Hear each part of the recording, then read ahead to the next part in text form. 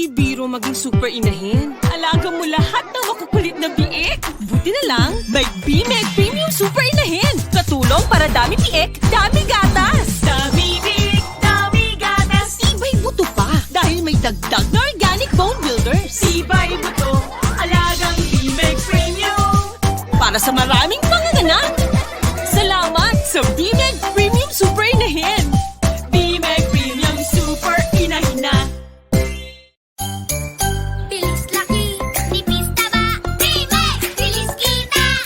Bilis laki na with BMEG Premium Super Big Booster plus Milk Formula.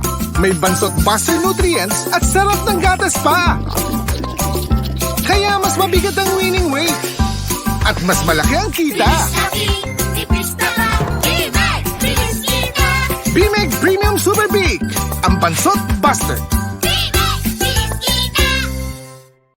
Bilis laki, nipis taba. BMEG! Bilis kita! Para sigurado, tinuloy-tuloy ko hanggang BMEG Premium Grower 1 and 2. Ito lang ang may Lean Plus technology. Kaya mas mabigat at manipis ang taba sa panahon ng pagbenta. Kaya mabilis ang kita. Tuloy nyo na! Bilis laki, nipis taba, BMEG! Bilis kita! Tuloy-tuloy ang BMEG Premium. Tuloy-tuloy ang kita. Sa pagpili ng gamot, dapat sigurado pinakikilala ang bagong gamot ng San Miguel, Amoxil V. Mataas na amoxicillin, laban sa scouring at infection. Doxa V, antibiotikong kontra pneumonia at ubo. Multi-V, multivitamins, pampagana, lusog at lakas resistensya. Elec V, electrolytes booster, laban sa stress at dehydration. Para V, paracetamol sa lagnat ng baboy. Abot kaya na, sigurado ka pa. Yan ang tatak San Miguel. Pigilan ang pagkalat ng impeksyon. Gumamit ng Amoxil V, ang gamot na mabisa at mataas ang konsentrasyon ng amoxicillin laban sa scouring. Amoxil V, ang gamot kontra scouring at infeksyon. Yan ang tatak San Miguel. Mabilis lumaki, malusog ang katawan. Ganyan ang alagang Multi-V. Kompleto at mabisang multivitamin. Pampalakas resistensya ng mga alaga. Multi-V, pampagana, pampalusog, pampasigla. Yan ang tatak San Miguel. Ang hihina dahil sa stress at dehydration, bigyan ng Elec V. Mabisang electrolyte para balik sigla at bilis lusog ang baboy mo. Elec V, ang electrolytes booster ng alaga mo. Yan ang tatak San Miguel. Init, lamig, dulot ay sakit. Gamitin ang Doxylin Gold Premium. May Thiamulin, Doxycycline, Vitamins A, B12 at Vitamin C. Doxylin Gold Premium, kontra pneumonia na, magaan pa sa bulsa. Mag-disinfect ng kulungan gamit ang Protect Plus Broad Spectrum Disinfectant. Matipid gamitin. Iwas sakit ang mga baboy. Kapag walang mikrobyo, healthy ang alaga nyo. Panalo ka sa Protect Plus. Tatak San Miguel.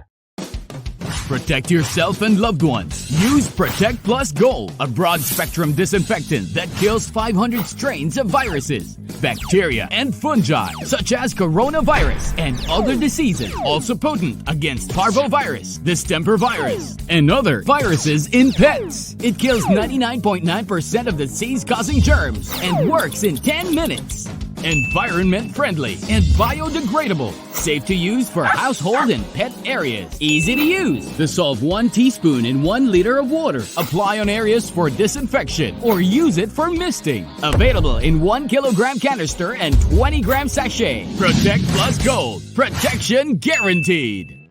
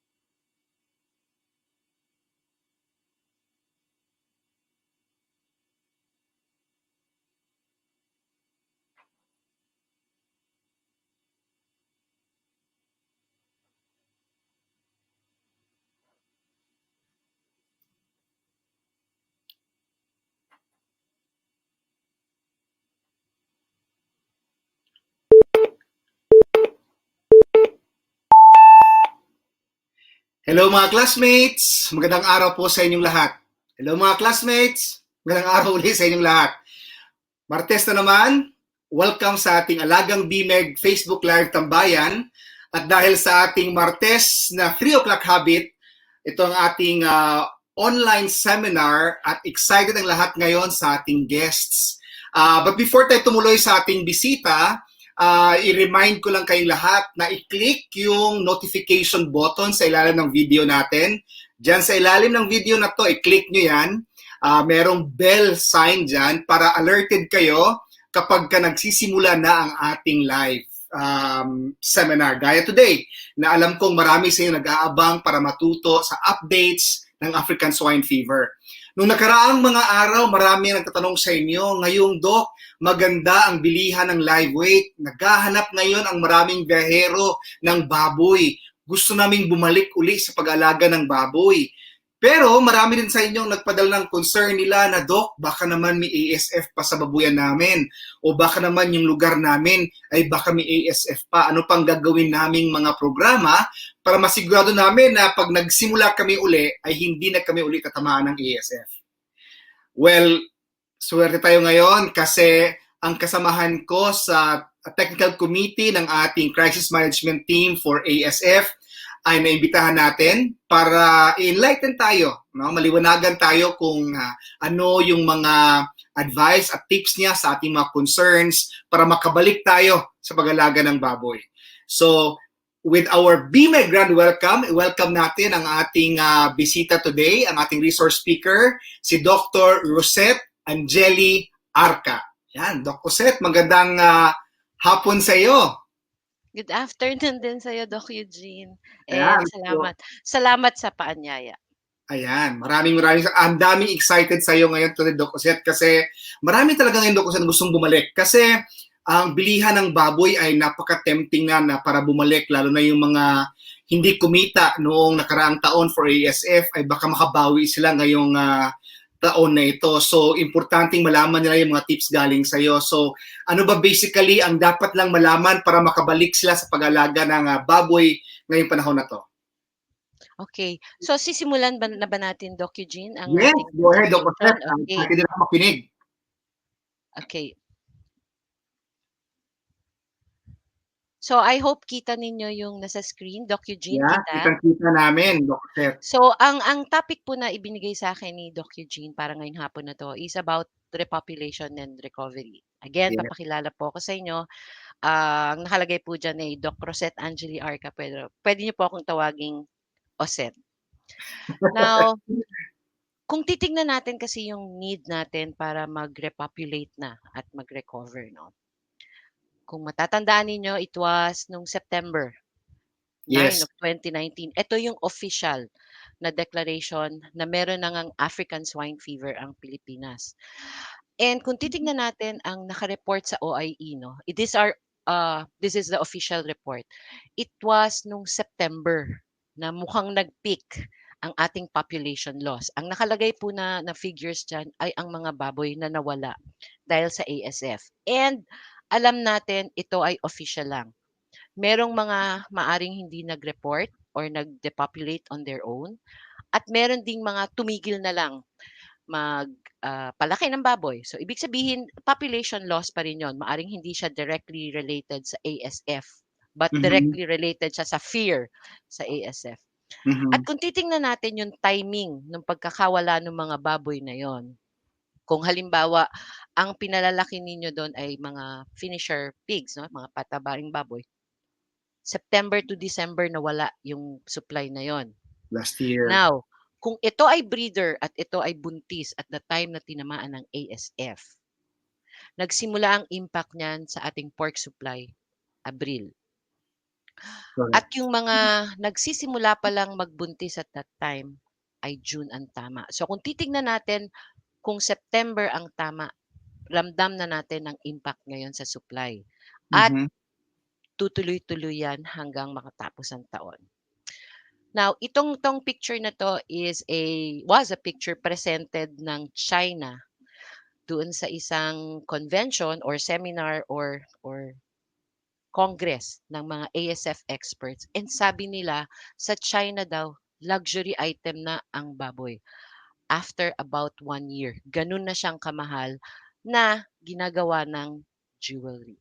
Now, I hope hindi mangyari ito sa Pilipinas.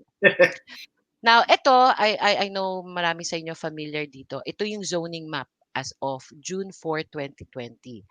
Makikita natin dito na maraming red areas, particularly sa Luzon. And kalimitan, pag sinabing red area, ito ay infected zone. However, meron tayong mga red areas na noon pa tinamaan. Na sa ngayon ay wala namang active break. Pero sa mapping natin, siya ay Red. pula pa din. Red So, pa rin. importanteng malaman natin ang nangyayari sa inyong mga bayan. Okay? So, para sa discussion na to, gusto kong mag-categorize ng mga farm. No? So, meron tayong 3 farm na nandito. Una ay yung mga tawag ko zero. Ito yung mga hindi naman nagkaroon ng ASF. Kaya lang, nasa red zone siya. Ibig sabihin, meron kang fear. May takot ka kung magpapalaki ka ba ng baboy doon. Meron yung mga infected farm. Ibig sabihin, dati tinamaan siya at nag-stamp out naman ng maayos. At nasa red zone pa rin siya. Now, meron tayong mga farm. Ito yung Farm C na namatayan pero hindi nag-stamp out. At nasa red zone yan. So, tandaan po natin yung mga letter A, B, C para mamaya ganyan ang reference ko. Gusto ko lang mag-focus dito sa mga may survivor. Marami ang nagsasabi na meron namang nagsusurvive sa ASF. Yes. Itong slide na to was something na ginamit ko noong mga unang panahon na nagpe-present tayo para sa paano ba maintindihan ang virus at ang sakit ng ASF. Gusto kong lagyan natin ng focus dito sa portion ng survivor.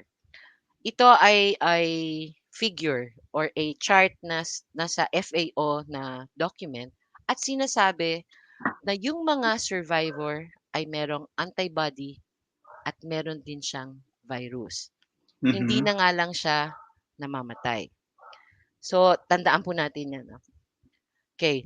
This is another article. Kaya ko siya sinama dito kasi mas recent siya. So, kung Bago lang to. gusto ninyong magbasa about it, ito po yung kanyang link na sinasabi na ang mga carrier pigs ay pwede pa rin mag-transmit ng ASF. Yung mga survivor na merong antibodies ay pwede pa rin siyang mag-transmit. Mas mabagal nga lang kesa doon sa mga naive na animal, yung wala talagang tama at biglang napasukan ng ASF. Siguro kasi, Doc Eugene, ang antibodies kasi ay mahalaga sa immunity, di ba? Yun yung tinitignan ng mga nagsasabing ang mga survivor ko ay may antibodies. Pero siguro kung successful talaga ang proteksyon ng binibigay ng antibodies na ito ay matagal na sanang na-discover ang bakuna.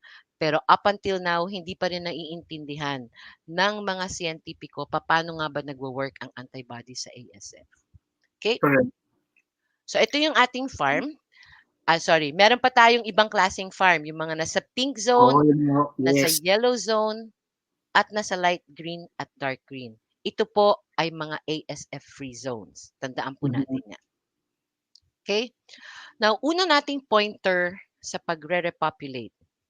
Ano ba nangyari? Kung halimbawang kayo ay tinamaan, alam nyo ba anong dahilan? Bakit pumasok ang virus sa inyong farm?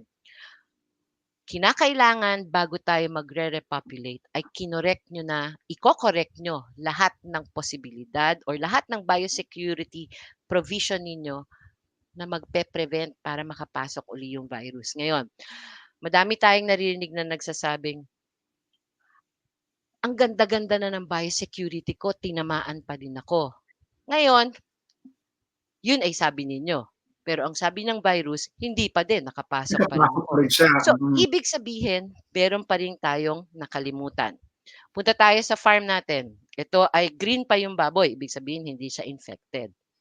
Andiyan si kuya, andiyan si ate. Ito yung ating mga nag-aalaga ng ating mga baboy. Sumusunod sila sa inyong protocol ng hygiene at sanitation. Pero kalimitan sa ating farm, nandyan si Tutoy at saka si Ineng. Kung sila ay hindi nakakaintindi ng ano ang dapat gawin nila, isa sila sa maaring magpasok ng virus sa farm ninyo. Maaring pupunta lang sila sa sala ninyo, galing sila sa labas, galing sila sa kapitbahay ninyo na may babuyan din na tinatamaan na pala, punta siya sa bahay ninyo at maaring sa sala ninyo nangyayari ang cross-contamination. So kinakailangan lahat ng taong nandoon sa loob ng inyong lugar saan kayo nagpapalaki ng baboy ay nakakaintindi ano dapat ang gagawin. Andito yung mga vehicles na ginagamit natin para sa ating mga farm. Mukhang truck ng pang-farm naman yan.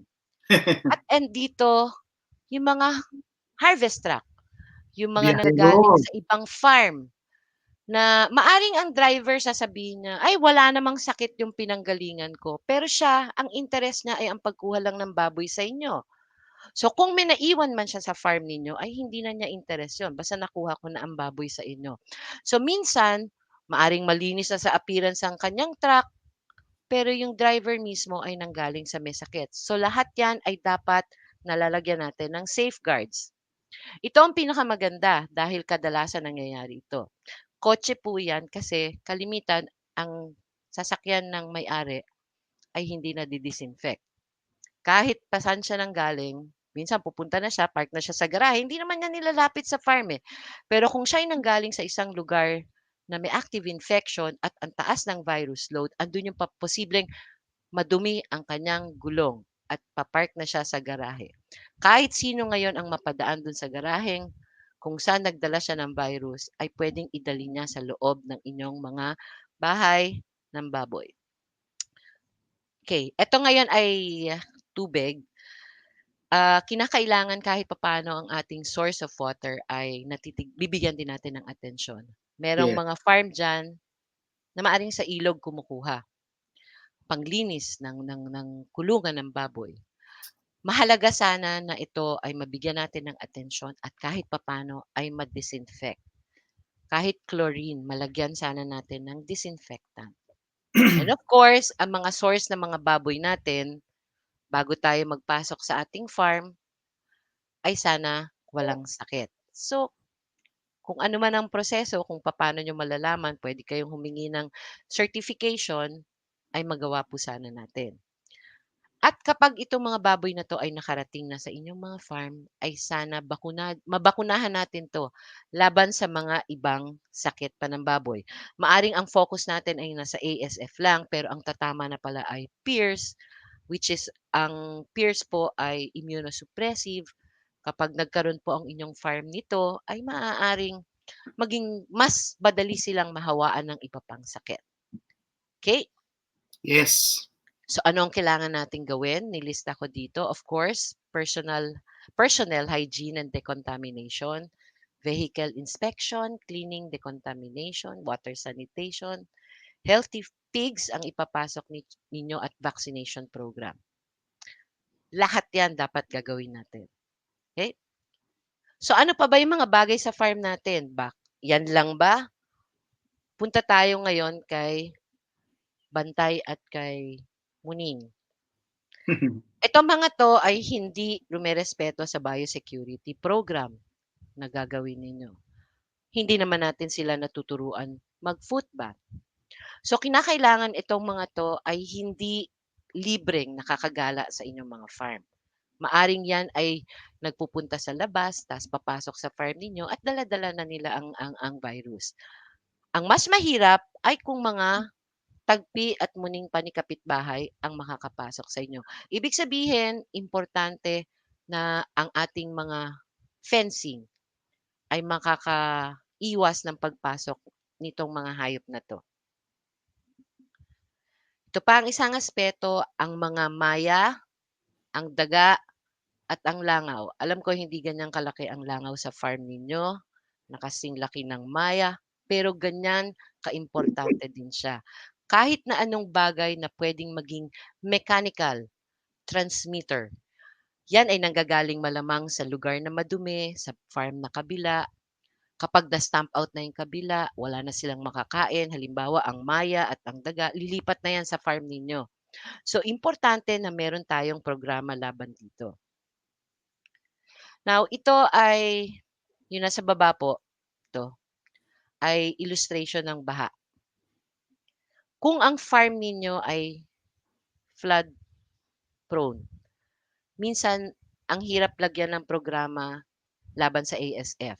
Lalo na kung ang bayan ninyo ay meron, kahit napakalayo ng may tama sa inyo, kung bahain ang farm ninyo, nandun yung posibilidad na madala sa inyo ang virus. Merong puwedeng gawin, puwede kayong maglatag ng apog, halimbawa mag-uulan, puwede kayong maglatag ng apog sa inyong paligid ng inyong bahay para kung sakali mang pumasok ang baha, ay kahit papaano merong disinfectant na nandodoon.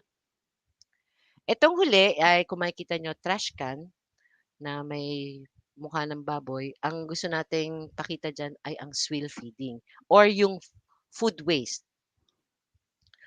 Ang food waste po kasi, ang sinasabi ng karamihan ay dahil sa mga imported na baboy.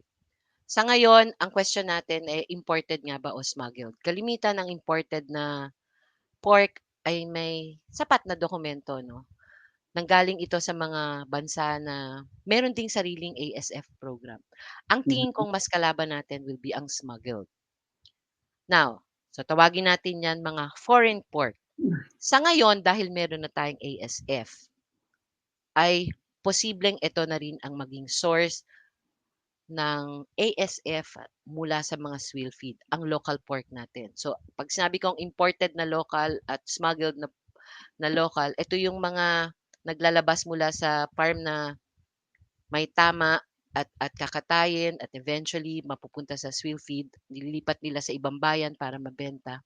Yun po yung mga smuggled pork. Maraming paraan kung paano siya makakarating sa baboy ninyo. Itong picture natin dito, halimbawa, yan ang swill feeding. Ang swill feeding, kalimitan ang laman niyan ay mga lutong baboy naman. At sabi nga, kapag diluto natin ng 30 minutes, 70 degrees centigrade, mamamatay naman yung virus. Bakit tinatamaan pa rin kung gagamit ako ng swill feed? Ang hindi natin alam kung meron tayong mga contaminated na meat na nagagamit. Kalimitan nito mga malalaking establishment. Pwedeng galing siya sa mga barko or mga restaurants. Meron yan mga trimmings. Yung mga trimmings na hindi naman dumaan sa pagluluto, diretso tapon. So, medyo hindi pa dapat makakuha mula sa cooked pork, pero meron tayong mga trimmings. Kalimitan kung sa bahay ninyo galing, well, yung mga trimmings ay pumupunta kay Bantay at saka kay Muning yan. Pero kapag kumukuha tayo sa malakihang supplier ng swill feed, hindi natin alam saan galing yan.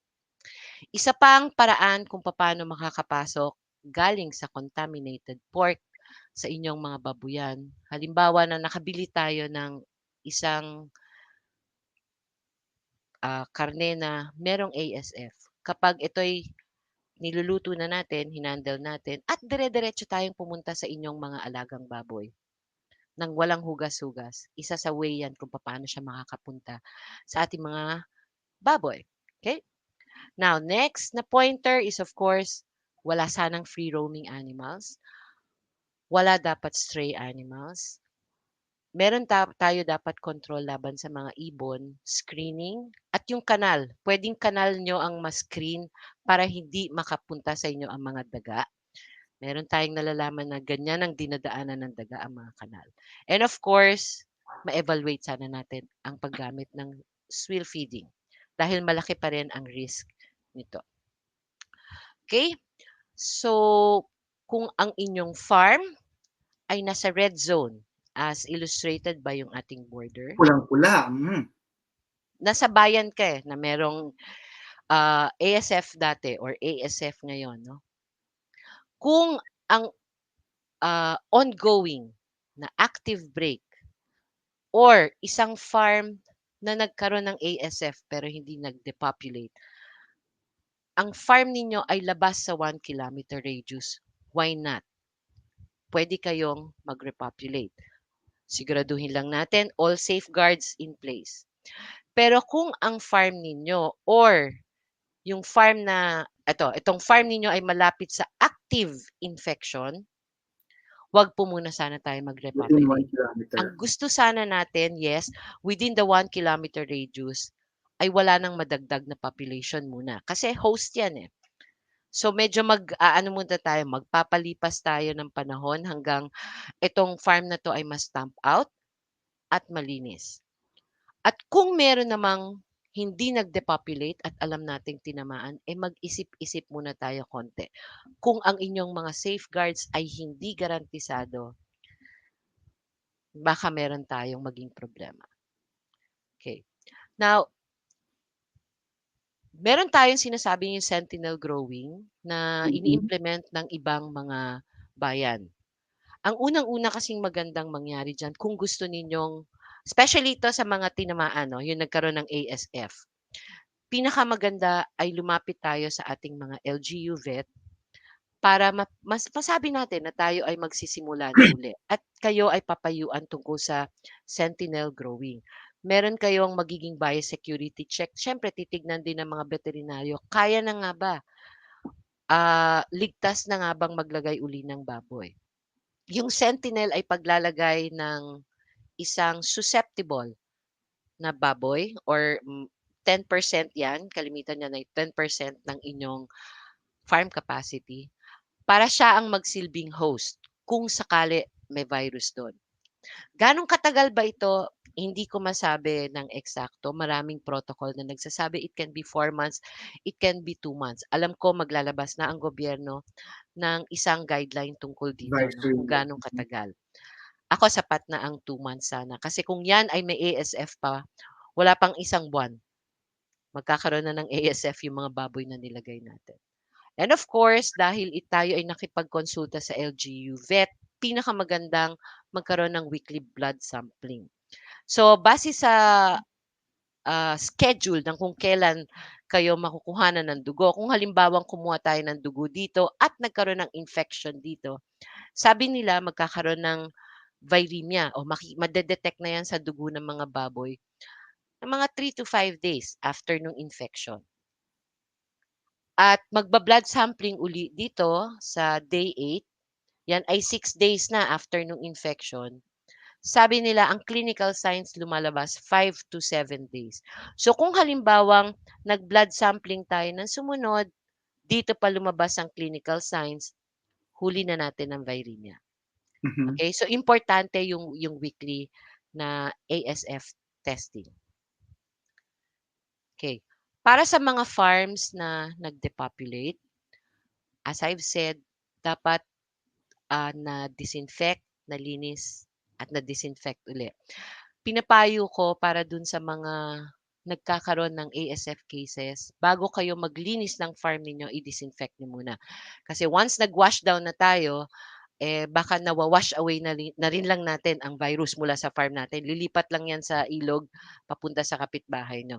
So magdi-disinfect muna tayo. Lalatagan muna ng disinfectant ang buong farm bago linisin at mag-disinfect ulit.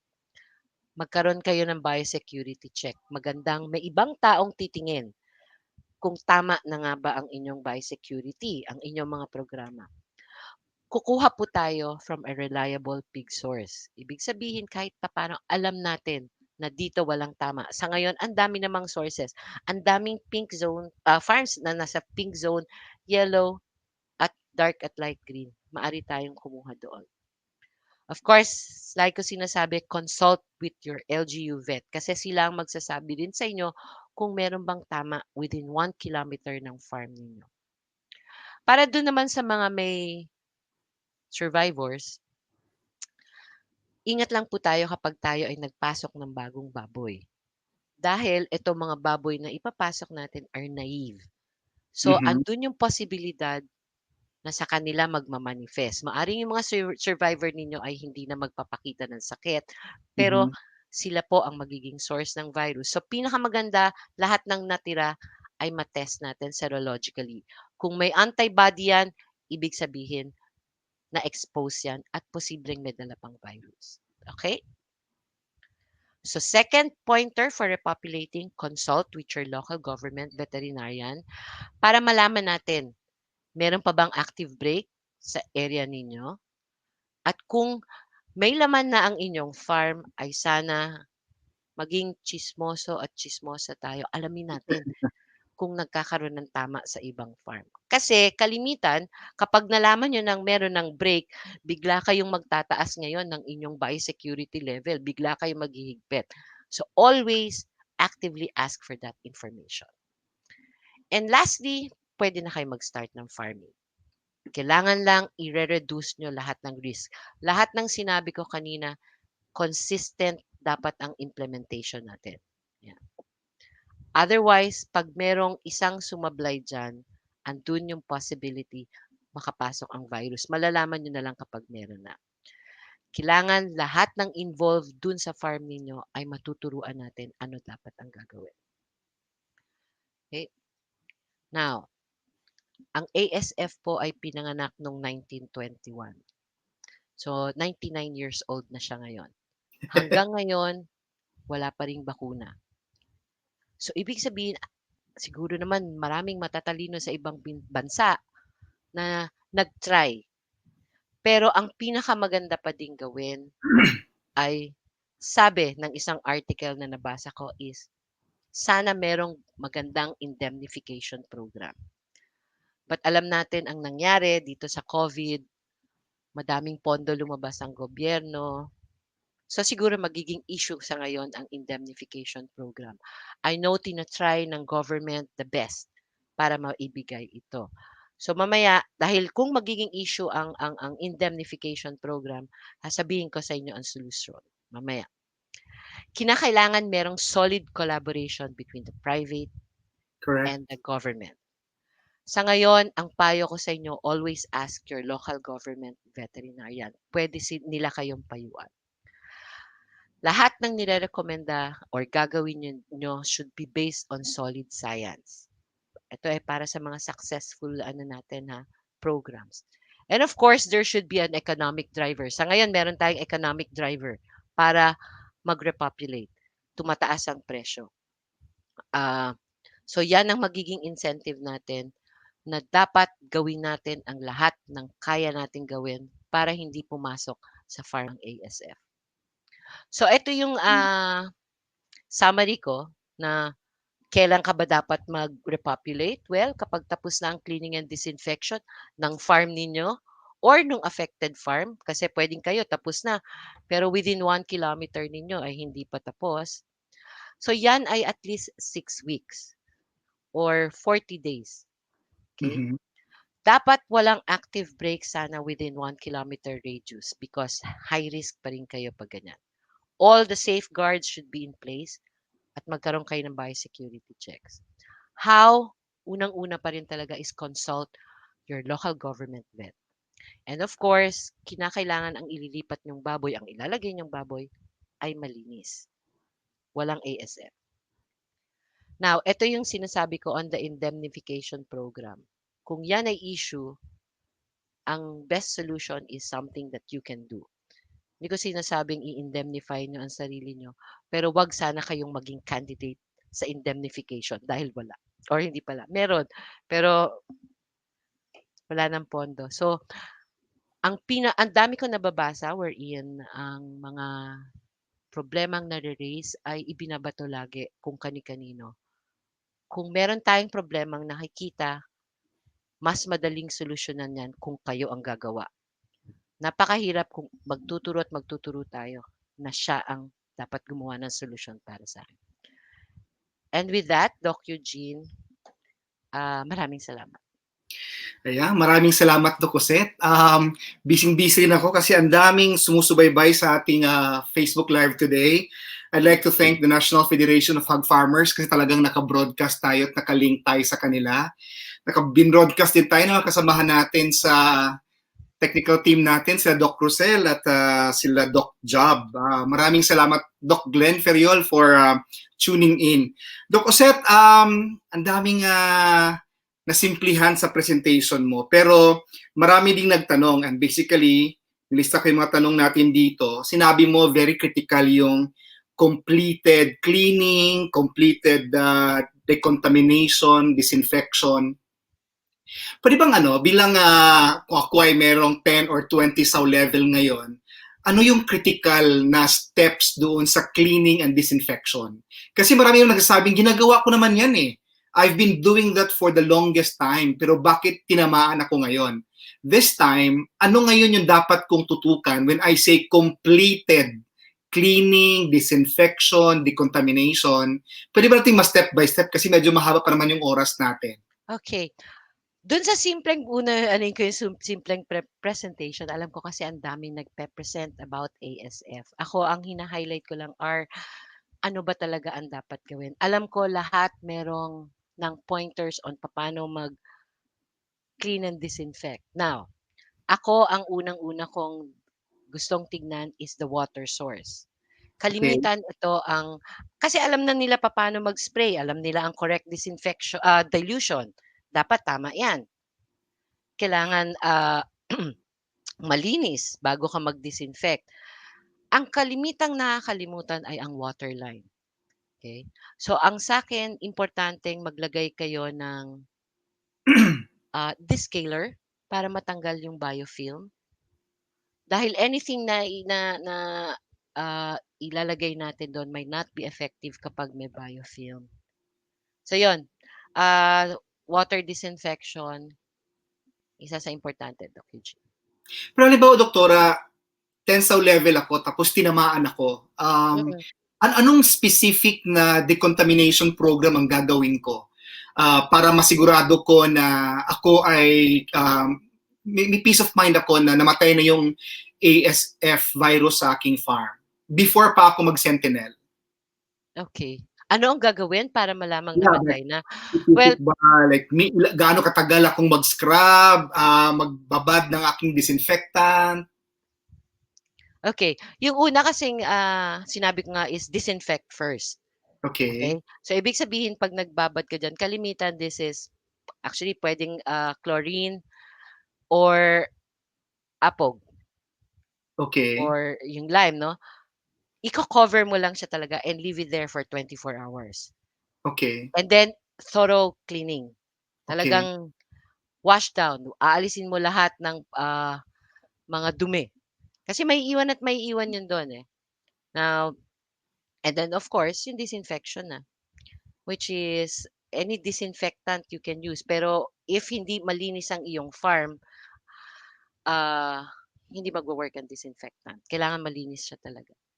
Or kailangan din sigurong katulad natin Protect Plus Gold na talagang one of those proven talaga to be very, very effective sa African swine fever na virus. Pero balikan kita, doktor, sa apog kasi baka hindi lahat ng mga hindi pa naka-experience sa ASF ay alam kung paano, ano ba yung apog? Meron bang certain dami ng apog? Depende ba yun sa, for example, dun sa kanyang kapunan ng dumi, ng kain ng baboy, kung gaano karami, kakapal, meron bang certain kilo per kapal ng dumi or kung gaano karami ang tingin niyang viral load doon sa kanyang farm para guided lang siya kung paano execute yung apog. Actually, sa ngayon, Doc Eugene, wala ako nung number na yun, no? But ang isa sa dapat malalagyan mo ng apog will be kung saan ka naglibing. Okay. Yun yung una. Next is yung road network mo. Ano lang yan? Liberal. Merong recommendation kung ano talaga ang ganong kakapal. Wala lang akong information at the moment. Okay, okay. Pero importante yung pinaglibingan, kung yun ay nasa loob ng farm, yun ang malagyan natin.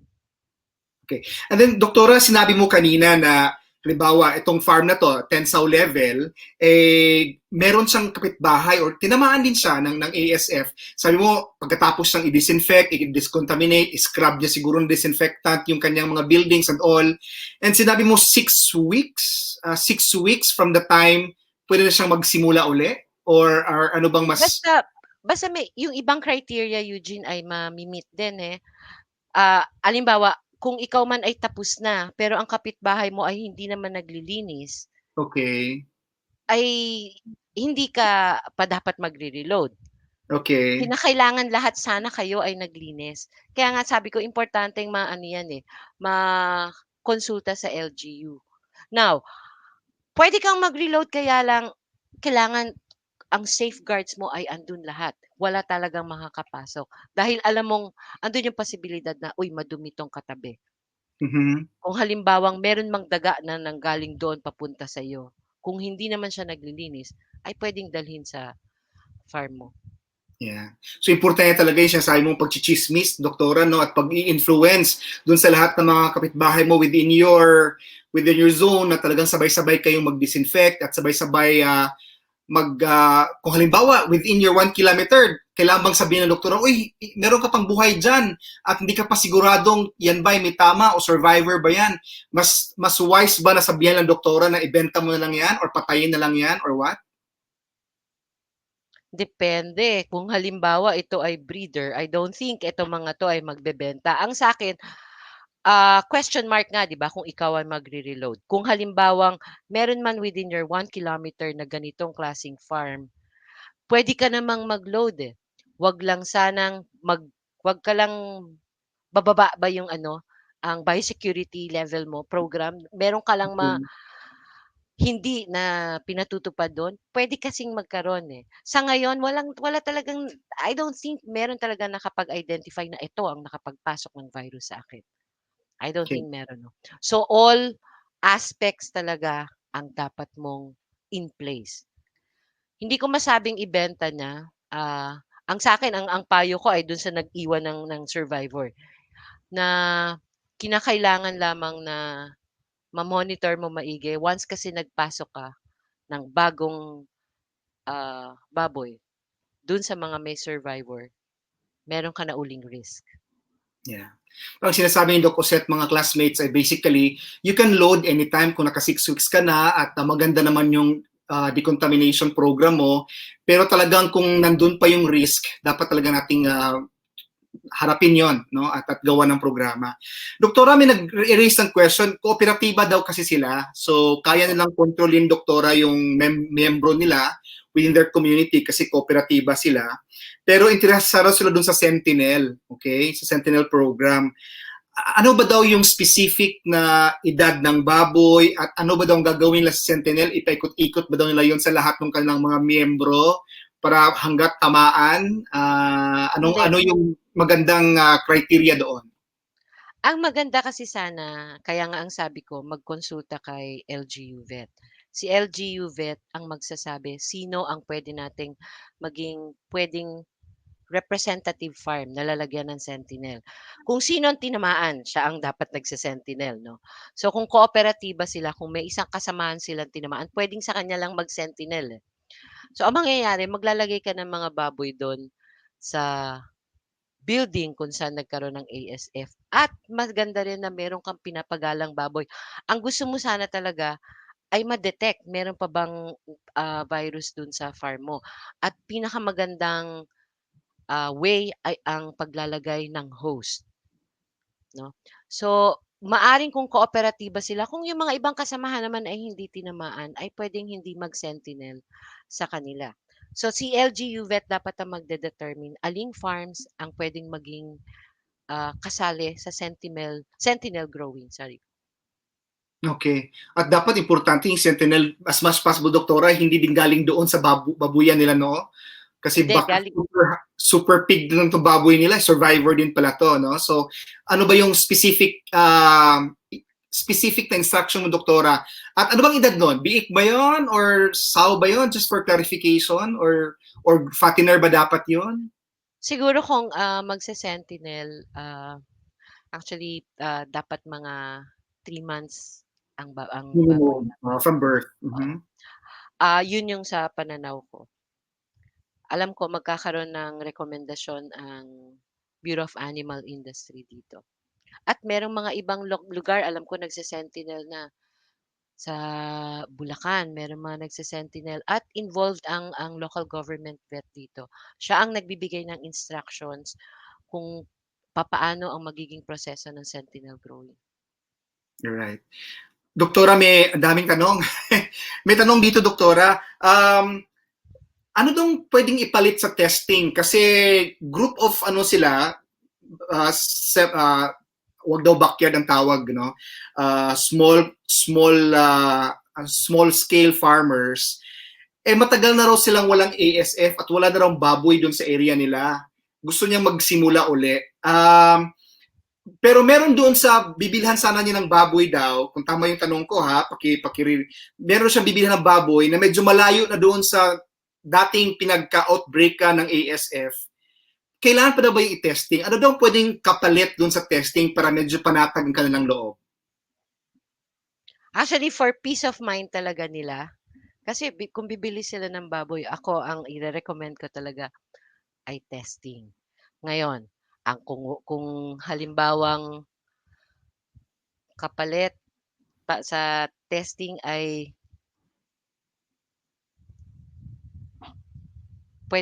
ngayon kasi negative negative reporting eh.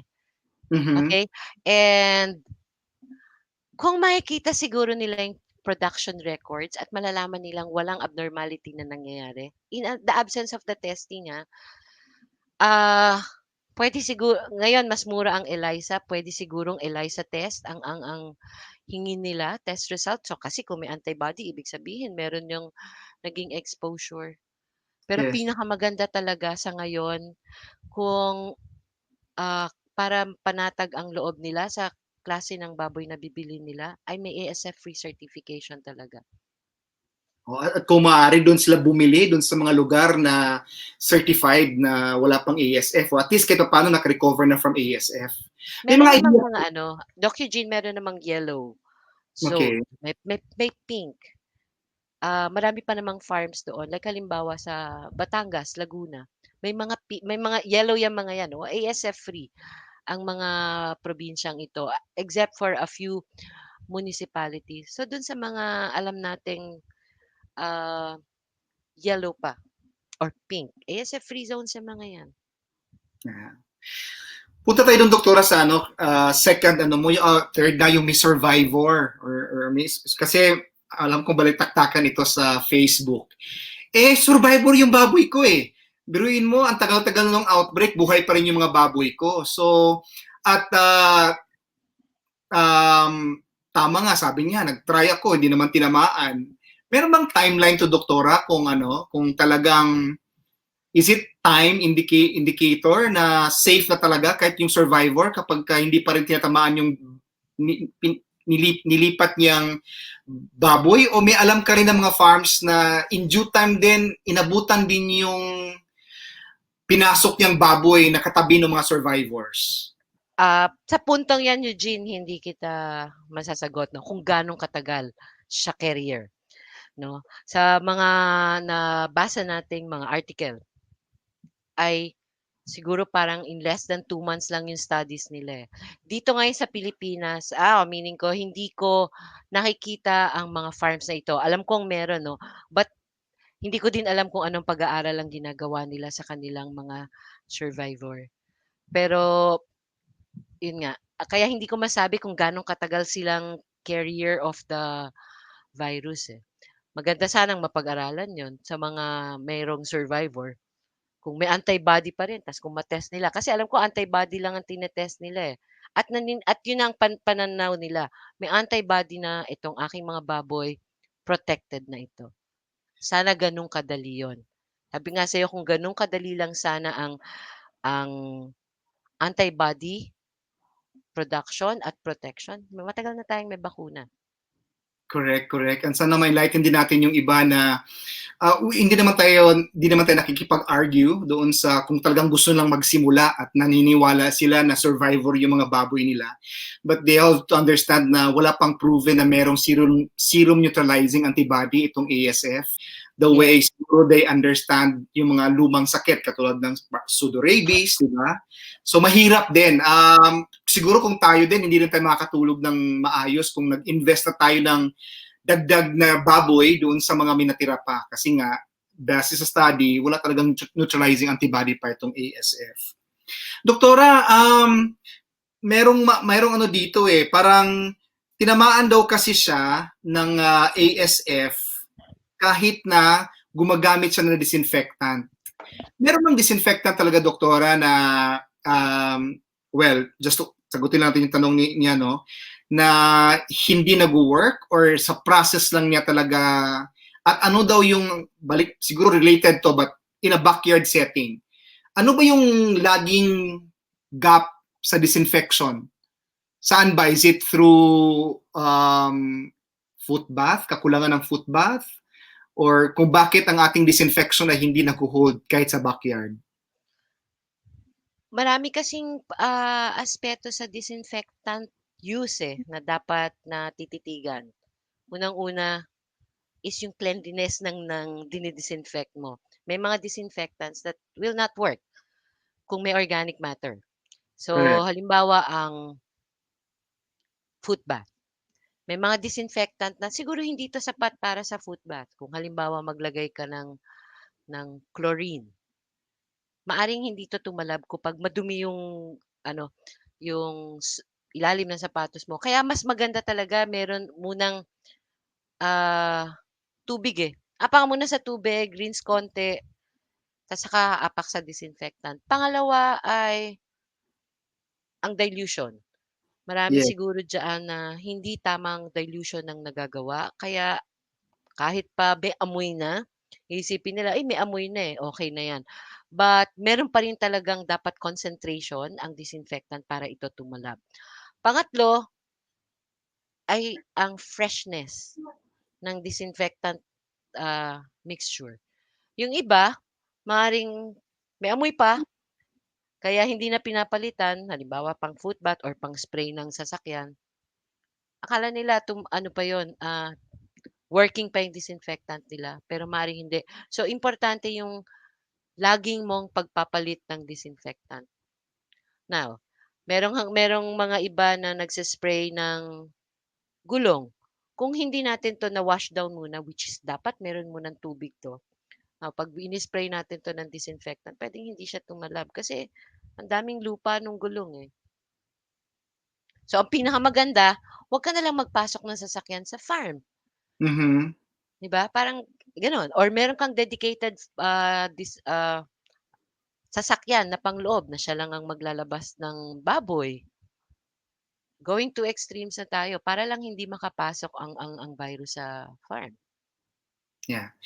Doktora, gusto ko lang i-share yung lagi nating pinag-uusapan kasi mga classmates, lagi kami nag-uusap ni Doktora kasama nung mga kasama namin sa technical team kung ano lagi yung in some of these best or di naman best but good managed na mga farms, ano lagi yung break sa biosecurity, Doktora, na laging karaniwang cause ng break ng ASF? Ano para dito bantayan din based sa experience ng marami sa atin. Ano yung lagi nating nakikita na yan yung break ng ASF mo para hindi na uulitan. Sabi mo nga you have to identify kung saan ka napasukan. Alam mo kalimitan tao. Okay? Dun sa mga ibang cases, swill feeding. Okay? Yun yung mga halimbawa unang case ng isang municipality 'pag nagsimula 'to sa Di ba sa maliit na Davao, hobby. di ba? Oo. Ano 'to, paggamit 'to ng, food waste. Dun sa mga malalaki, pinakamalamang ang tao na merong hindi nag-disinfect. At then yung kinikwento mo, Doktora, na yung mga babuyan nila pag naulanan, di ba? Pag tumataas yung baha. Kasi baka bumalik sila uli sa pagbababoy, doon uli sa pinagtayuan nila, baka kailangan malaman nila itong ganitong concern. Kaya kung bahain ang inyong farm, medyo pag tag-ulan, nakakatakot din. Kasi sabi nga sa'yo, hindi nirerespeto ng tubig baha ang biosecurity. Papasok at papasok sa farm mo at wala kang kalaban-laban. May ibang mga, 'pag tumataas ang tubig ilog, pumapasok sa kahit hindi baha, 'pag tumaas ang tubig ilog, ay pumapasok sa farm nila. Yun, medyo high risk yung mga gano'ng farm. Ayan. Doktora, bukod daw sa Bulacan at Batangas or certain towns, ano pa daw yung mga magandang pagbilihan ng mga baboy? Pasensya ka na sa mga tanong mo. Yung nabanggit ko kanina is Batangas, Laguna. Ito yung yellow. Actually, Okay. madami pang pink na areas. Kahit dun sa lugar na may red, except for, kasi si Bulacan at si Pampanga sa ngayon ay 100% red. So siguro yung mga bayan sa labas, ang Ilocos, maganda pa siyang maging source ng baboy. Kung kaya nating kumuha sa Bicol, malaki pa ang portion ng Bicol na walang ASF. May shout out na tanong dito kay kaibigang Lester ng National Federation of Hog Farmers. May tanong siya sa iyo, doktora. Meron ba tayong studies daw lately, doktora, latest na ang semen, whether local or imported, siguro local, tinamaan, ay magiging carrier ng ASF? Carrier ng ASF. Sa pagkakaalam ko po, ay wala po akong alam na study na ginagawa. Okay.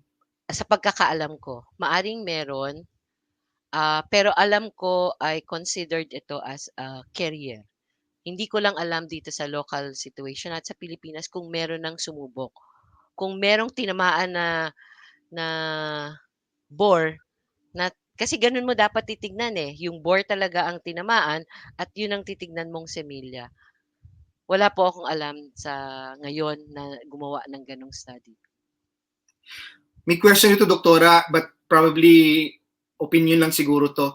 Lahat daw ba ng mga LGUs na alam natin kapag pumunta sila, ang LGU ba ang magte-test daw ng mga baboy nila or sa lugar nila? Hindi ko sana involve ang mga local vets, no? Yung mga municipal city vets natin. Sana sila ang involved. Mhm. Kasi ano nila yun alam nila yung buong bayan nila no? So sana sila ang involved doon. Yeah. Or kung hindi man sila magte-test, pwedeng coordinated sa kanila. Kailangan malalaman nila kung may tama dun sa farm nila or rather sa bayan na sakop nila. So sana involved talaga sila. Yeah, kasi critical yung sample collection, mga classmates. Hindi pwede yung ginagawa natin na tayo lang kumuha ng dugo tapos meron talaga tong programa, may sistema para hindi makapatay na yung dugo or yung virus doon sa dugo. So sayang lang din yung sampling collection. So i-coordinate talaga natin sa mga LGUs natin. Doktora, may question dito on economic recovery. Okay? Kasi ngayon, alam ko marami pang tanong. On economic recovery, ngayon kasi na maganda yung presyo, bilihan ng live weight. I hate to ask you this kasi opinion lang din to, but opinion mo lang din naman siguro hinihingi. Ngayon na medyo maganda ang kita at nakakabawi yung mga mag-aalaga natin ng baboy. Tama ba na kontrolin daw yung presyo? Parang Pero baka magalit pag hindi ko tinanong sa'yo parang hindi ako ang Correct. authority sumagot na wag ninyong kontrolin. Hindi ayoko sanang sagutin. Correct. Hindi ako ang in-authority to answer that. Yeah, but as much as possible, Doktora, we support the local industry and let's look at the win-win situation in the local market. But Eugene, when I was asked bakit tumataas ang presyo ngayon, sabi ko it's simply supply. Walang supply in some parts of the country. So expect mo talaga that the prices will go up kasi konti ang supply. Now, total Philippines pag tinignan mo, sapat pa sa ngayon because of the COVID situation, bumaba ang demand So ngayon sobra pa ang supply. However, wala siya sa tamang lugar. So ibig sabihin kung dito kulang sa Luzon, dun madami sa Mindanao. And for you to bring it from Mindanao to Luzon, malaking dagdag din sa production ko, sa cost, no?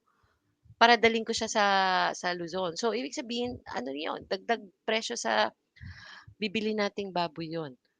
Kaya siguro ganyan na nangyari sa ibang bansa. Kung saan madaming baboy, mababa ang presyo. Doon sa wala ng baboy, tumataas na ang presyo. Yeah. Kaya lang request namin sa inyo mga classmates sa lugar ninyo, kung talagang wala ng baboy at kung alam nyo naman na susundan nyo yung tinuro sa atin ni Dr. Uset na naka 6 weeks na tayo, maganda yung ating biosecurity, yung community natin ay wala nang natitirang mga baboy na posibleng susceptible, ay talagang iniimbitahan tayong bumalik ulit sa pag-alaga ng baboy. At partner natin talaga dyan, yung ating disinfectant sa San Miguel Animal Healthcare, yung ating Protect Plus Gold. Kasi in our backyard market at backyard na setting na hindi naman masyadong marami tayong baboy, very effective yung pag-disinfect natin sa mga kulungan natin ng Protect Plus Gold, isang kutsarita, 1 litrong tubig. So kung medyo malalaking kailangan mo, halimbawa, 2 galon na tubig ang kailangan mo to clean up your pens, mga 8 kutsarita ng Protect Plus Gold ang ihahalo natin. Tandaan natin yung sasabi ni Doc Uset na contact time, no? Importante yung contact time kasi kailangan at least 10 minutes na nakababad yung ating disinfectant para talagang siguradong papasok yan sa organic matter, kaya niyang mapatay yung mga mikrobyo at yung ating mga African swine fever virus sa ating mga pens. Maganda nito, safe sa atin, hindi corrosive sa mga equipment natin, at proven talaga ang molecule na potassium monopersulfate na effective against African swine fever virus. Doc Uset, let's go to our live questions. At alam kong marami pa sa atin ang live na sumusunod sa atin na magtatanong. Yung ating bang backcourt group, backstage group, ready na ba yung mga online questions natin? Again, reminder lang sa lahat mga classmates natin to click the notification link sa ilalim, button sa ilalim ng video natin para updated kayo, kasi alam ko, ang daming nag-post nung live natin today. Siguro nakalink sila at na-click nila, maraming salamat. But sa lahat ng magtanong, we still have enough time para sagutin ni Doc Uset yung inyong mga tanong. So, are we ready with the first question sa ating live? Doc Uset, mula kay June Silva. Allowed na po ba mag-alaga ng baboy ngayon sa Bulacan, yung area daw niya? Saan po kami pwedeng bumili ng biik? At meron ba kayong BMEG store malapit sa area ko? Backyard lang po ako, 50 heads. Very common to. Hindi lang po kayo backyard. Talaga pong ang 50 heads, mas mayaman pa kayo sa amin, Doc Uset, Juni. But magandang tanong niya, Doc Uset, pwede na ba siya mag-alaga sa Bulacan? Okay. Babalik ako dun sa Doc Eugene, ha? Pinakamaganda ay magtanong tayo sa local vet. I'm sorry, pero yun talaga yung dapat. Kasi or provincial vet, no? Siya makakapagsabi kung wala ng break sa area. Now, kung alam nyo na walang break at makakabili na kayo, pinayagan na kayong bumili, madami pa pong lugar na pwedeng bilhan. Up north, ang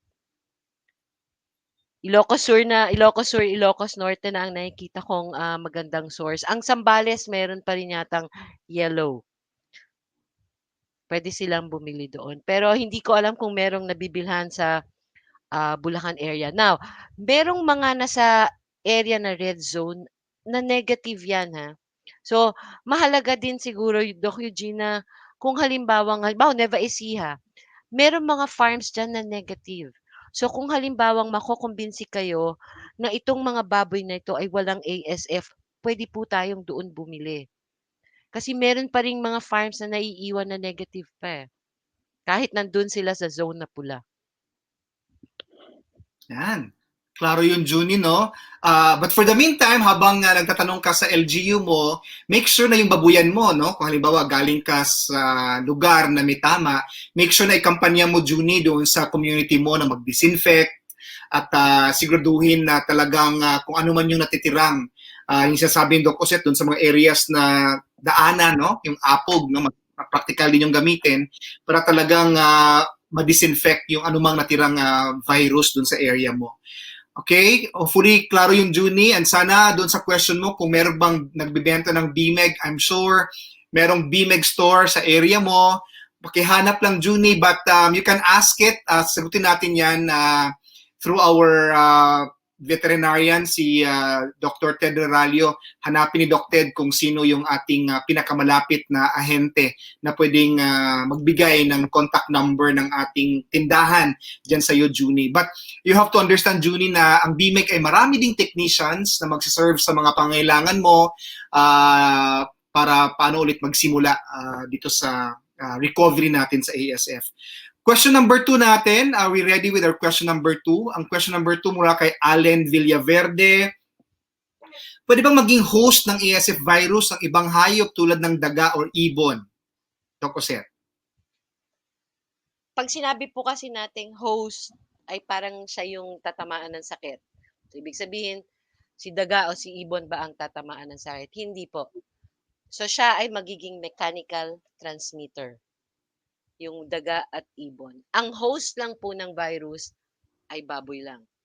Well, sabi nila yung ticks, pero hindi malaking ano sa atin ng ticks kasi nabubuhay ang virus sa loob ng ticks eh. Pero sa daga at ibon, ano lang po yan, transmitter lang. Vector. Okay. Talagang baboy lang. Baboy lang talaga so far. At sa Pilipinas, ang talagang doon nabubuhay yung African swine fever virus. So huwag ka masyadong matakot. Kaya nga medyo may hope tayo kasi unlike sa Africa or sa Africa na meron silang mga ticks na posibleng magpapakalat palalo, at sa Europe meron silang mga wild boar. Not that wala tayong wild boar sa Pilipinas, but talagang mahirap i-control yung wild boar spread sa Europe. Sa atin, pag may wild boar dyan, nasa bukid lang yan kasi ginagawang pulutan na yan pag nakita natin yan sa ating mga paligid.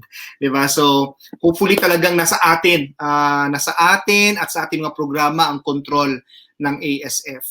Our question number 3, ready na ba?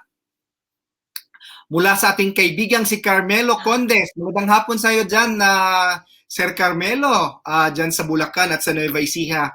Ano po yung update, Doc Oset, sa gene-deleted vaccine? Wala po akong update tungkol sa gene-deleted vaccine. Actually, hindi naman dito sa Pilipinas pinag-aaralan, kundi sa ibang bansa. Alam ko meron ng nag-testing ng gene deletion at lagi nang tinetesting yan maski noon pa. Kumbaga, dinedelete nila yung pinaka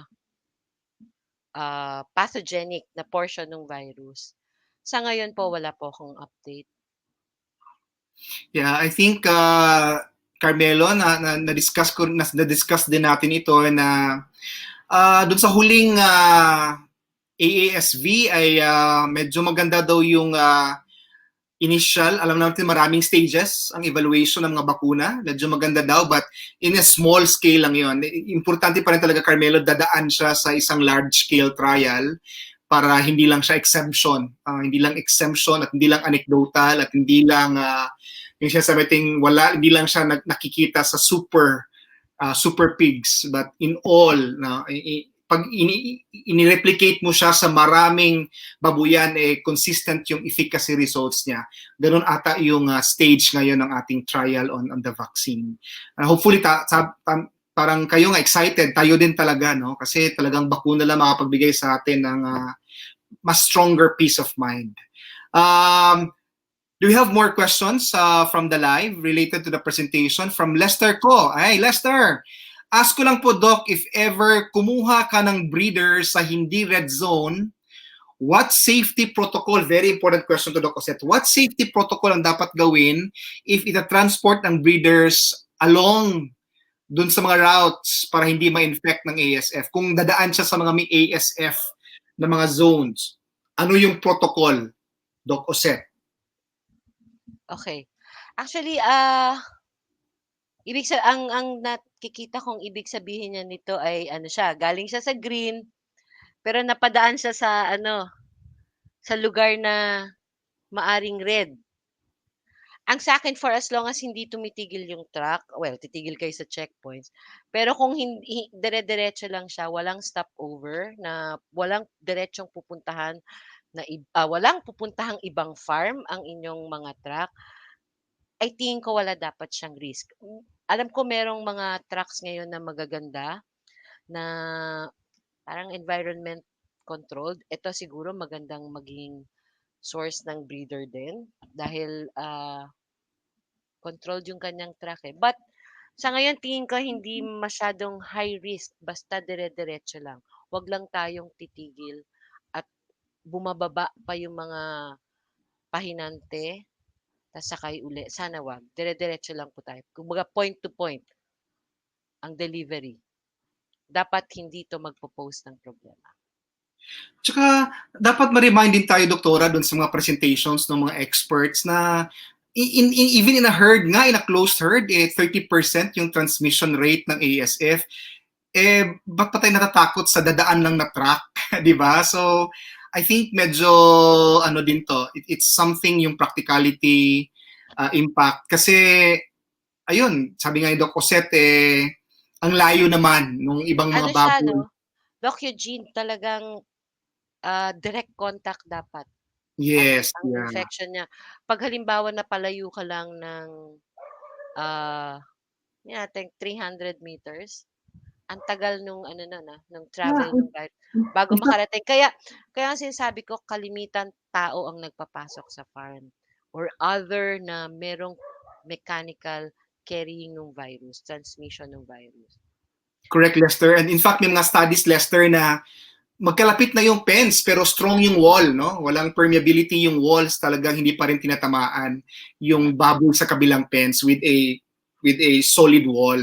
So lalo pa kaya pag bumabiyahe lang yung mga baboy natin. So go ahead and bring it to the green zone. Basta green zone at ASF free lang yung kanyang pupuntahang baboy. I don't think the risk is the risk will be negligible. Do you have another question? Alam kong marami pang naghahabol ng tanong ulit from Carmelo Condes. Ano bang effect if we make ASF endemic like Vietnam? Halimbawa, i-declare na lang daw na endemic like Vietnam. Nag-declare ba na endemic ang Vietnam? Para makapag-repop tayo, Doc Jose. Actually, yung case ng Vietnam is ang ASF nila is buong Vietnam ang meron. North at saka South Vietnam. So kaya siguro nasabing endemic. But I don't think na endemic nag-declare siya ng endemicity. Okay. Now, pabalik po yung question. Makakapag-repop naman tayo. Ang procedure ng repopulation natin will be the same whether endemic or hindi endemic. Whether mag-declare tayo ng endemicity or hindi. Makakapag-repop naman tayo. Hindi natin kailangan sabihin, endemic na sa atin. Once kasing sinabi nating endemic na ang virus sa atin, ibig sabihin, baka mawala na lahat ng safeguards. Yes. Tatanggapin mo na lang na nandyan yan. Pero ayaw pa rin natin sana nating tanggapin na yung virus is here to stay. So, ibig sabihin, kaya yung repopulation natin is so guided. Babantayan talaga natin.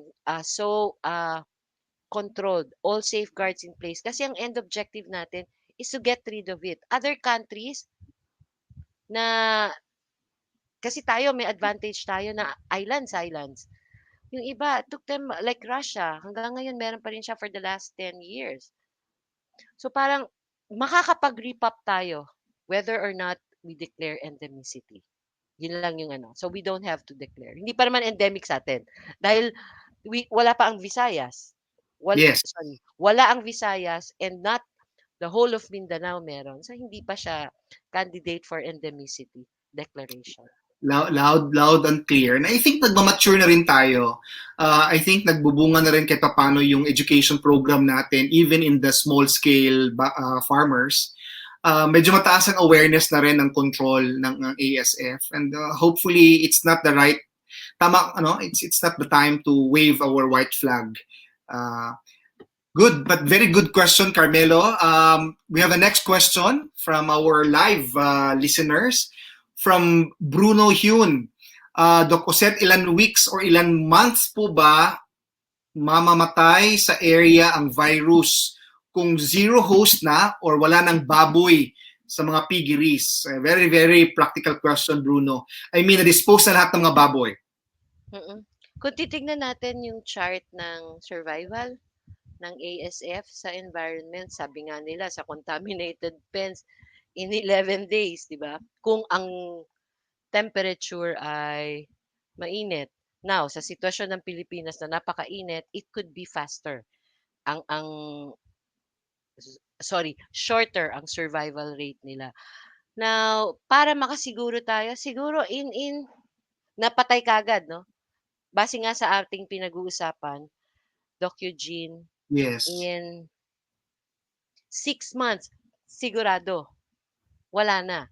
Now, it can be shorter depending on the circumstances ng farm ninyo. Pero 6 months na walang break or anything, siguradong wala na yon.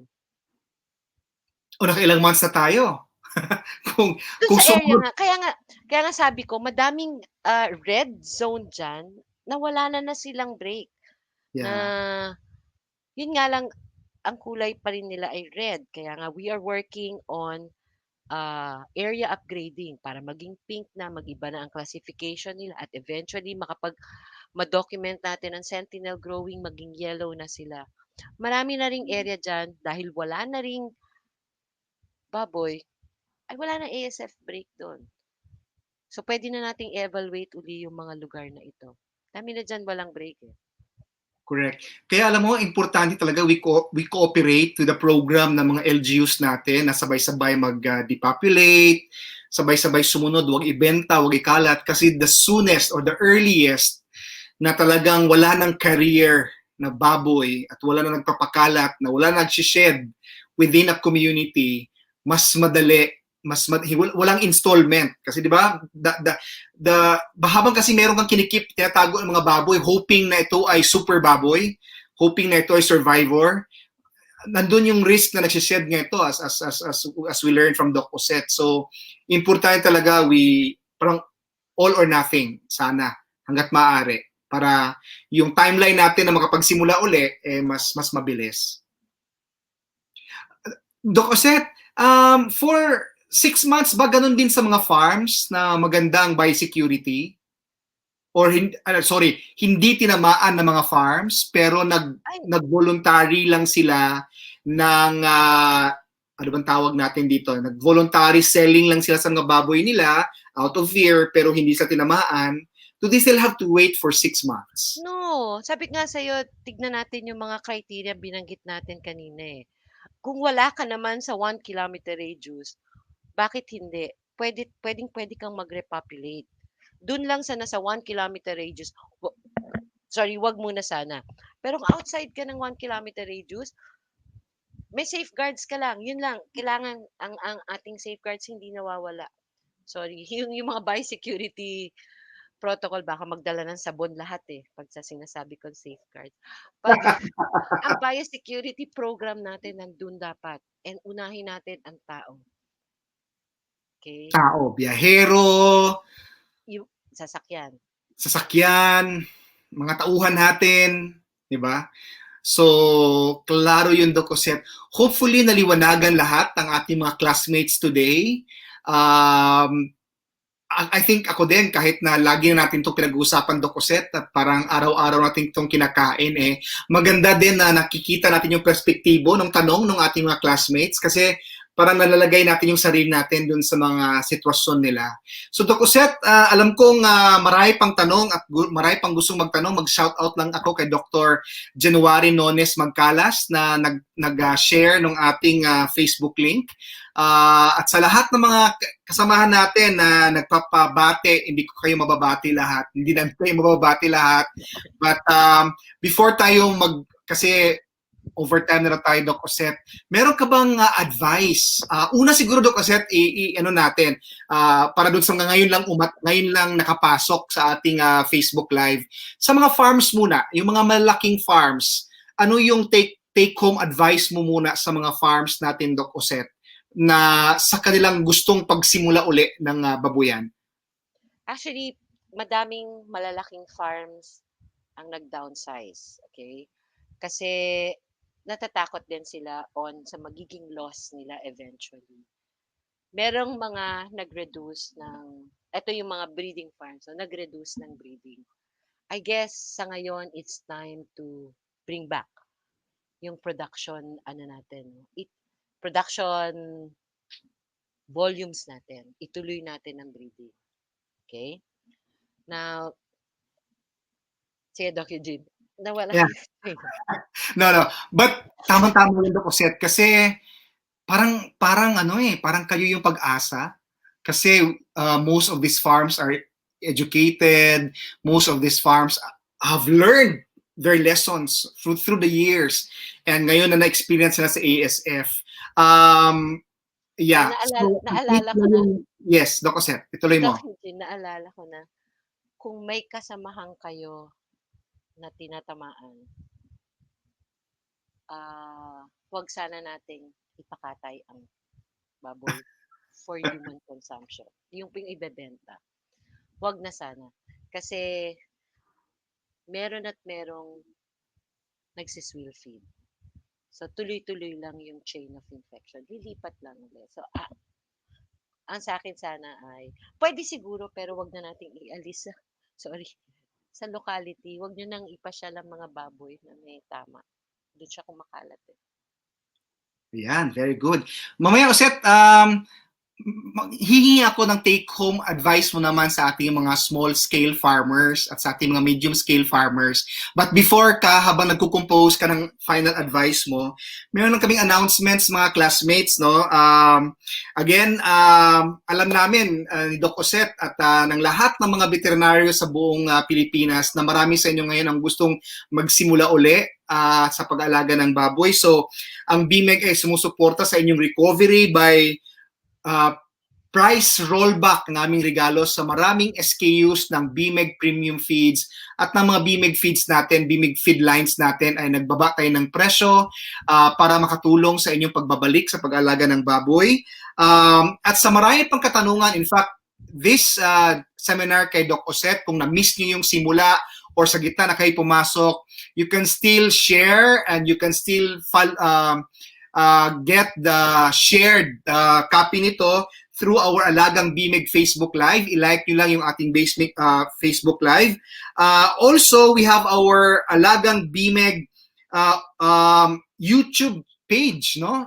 Para sa tuloy-tuloy na mga information at seminars sa pag-alaga ng baboy, pwede kayong pumunta sa ating YouTube page. And of course, for those who want mabilis na sagot sa inyong mga katanungan sa pag-alaga ng baboy, we have our Alagang BMEG official Viber community.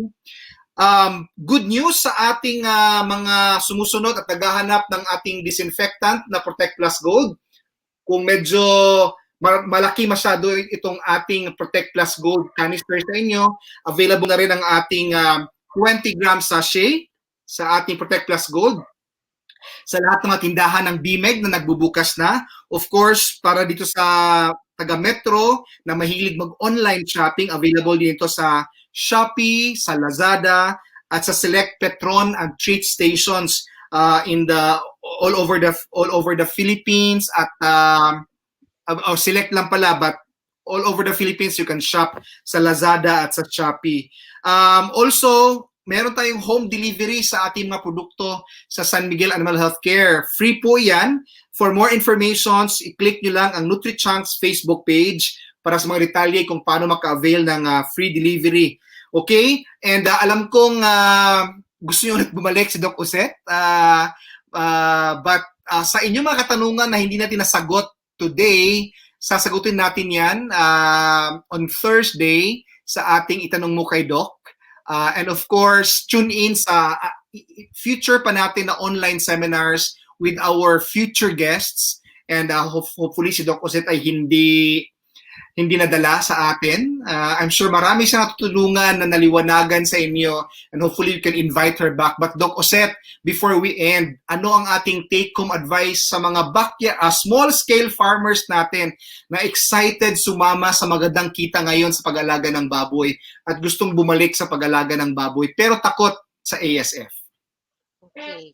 Ito ay para sa mga sinasabi mong small scale. Alam ko kasi na actually mas madaling sa kanila mag-repopulate sa kanila. Dahil maliliit lang yung mga yan eh. Kung kulang na ang ating population ng baboy sa Pilipinas, madali lang mag-start sa kanila. Maliit lang yan. Sa ngayon, high risk ang ASF. Ibaba natin yung risk na yun.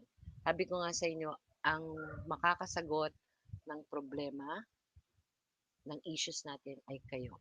So, ibig sabihin, kayo ang gagawa ng programa. Kalimitan, nagtuturo tayo. Huwag po sana natin gawin yun. Tuloy po tayo sa ating pagbababoy. At humingi lang po kayo ng konsulta kay Doc Eugene kung Ako ay talagang nagagalak lang, Doc Cosette, that we have you here with us today. I wish we could invite you every Tuesday and Thursday, but we'll make the most of it, Doc Cosette. Meron ka bang gustong batiin before you say goodbye? Alam kong birthday ni Ineng kahapon. Meron ka bang gustong batiin? Or message to the industry? sa lahat ng mga kamag-anak ko, kung may nanonood. Hindi, si Rosel at si Rosel, alam ko nandyan. Kudag. Si Doc Angel din, sabi niya kulang ka lang daw sa lighting. Ay, hingin ko na po ng paumanhin kung madilim ako. But importante, Doc Cosette, loud and clear. Natural po kung madilim. But importante, Doc Cosette, loud and clear yung advice mo today. Klarong-klaro, and hopefully nawala yung takot ng ating mga classmates na sila ay bumalik sa pag-alaga ng baboy at makatulong sa ating supply ng baboy sa Pilipinas. No? With that, kung wala ka nang babatiin or final message, Doc Cosette? Kung meron po sana silang iba pang katanungan, ay pwede niyo pong idaan kay Eugene. Or kung meron kayo mga suggestions para sa crisis management team, makikinig naman po kami sa inyo. Yun, parating lang po nyo through you, Doc Eugene po. Ayan. Over 10 na raw tayo, Doc Cosette. But maraming salamat mga classmates for tuning in behalf of Dr. Cosette Arca. Nagpapasalamat kami sa lahat ng mga magbababoy at mga classmates natin na sumusubaybay sa ating online seminar every Tuesdays at sa ating Itanong Mo kay Doc every Thursdays dito sa ating 3 o'clock habit. Maraming salamat po sa lahat ng mga magbababoy na nag-share ng ating Facebook Live today. Ito po si Dr. Eugene Mende, ang inyong BMEG Super Vet. Maraming salamat po. Di biro maging super inahin. Alaga mo lahat ng makukulit na biik. Buti na lang, may BMEG Premium Super Inahin. Katulong para dami biik, dami gatas. Dami biik, dami gatas. Tibay buto pa dahil may dagdag na organic bone builders. Tibay buto, alagang BMEG Premium. Para sa maraming panganganak. Salamat sa BMEG Premium Super Inahin. BMEG Premium Super Inahin na.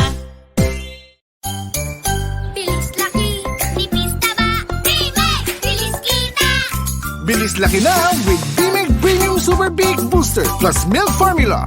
May bansot buster nutrients at sarap ng gatas pa. Kaya mas mabigat ang winning weight at mas malaki ang kita. BMEG Premium Super Big, ang bansot buster.